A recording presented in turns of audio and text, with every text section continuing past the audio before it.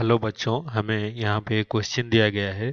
चलो इस क्वेश्चन को हम एक बार रीड करते हैं। So the question says A particle acted upon bye a constant forces 4i cap plus j cap minus 3k cap and 3i cap plus j cap minus k cap is displaced from a point I cap plus 2j cap 3k cap to point 5i cap 4j cap plus k cap।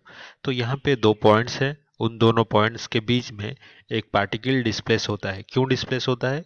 क्योंकि यहाँ पे दो constant forces उस पे act कर रहे हैं। The total work done by forces in SI unit, तो एसआई यूनिट में कितना वर्क डन होगा फोर्सेस के द्वारा वो हमें फाइंड आउट करना है।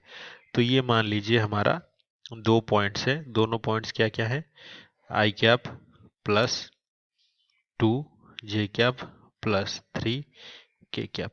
तो इससे मान लेते हैं क्या, x1।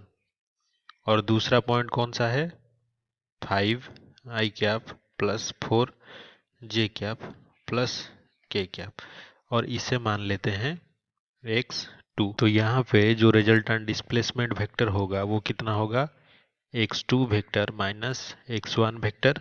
तो इसे ले लेते हैं x, तो ये हो जाएगा 5 माइनस 1 4 आई कैप 4 माइनस 2 प्लस 2 जे कैप और ये माइनस 2 के कैप।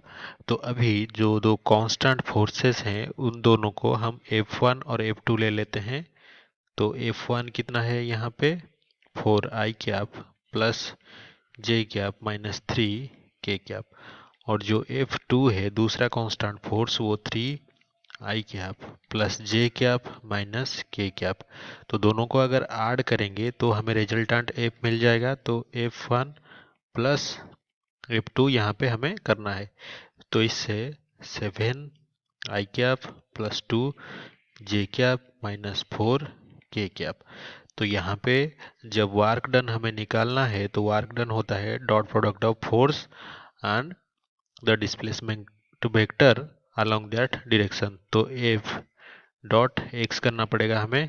तो 7 आई कैप प्लस 2 जे कैप माइनस 4 के कैप डॉट डिस्प्लेसमेंट कितना है, 4 आई कैप प्लस 2 जे कैप माइनस 2 के कैप। तो ये हो गया हमारा W यानी कि work done.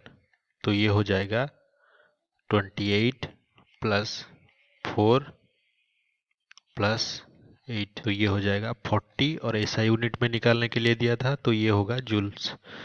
Work done W is equals to 40 joules. तो आंसर जो बी है वो हमारे आंसर के साथ मैच कर रहा है, तो यही इसका सही उत्तर होगा।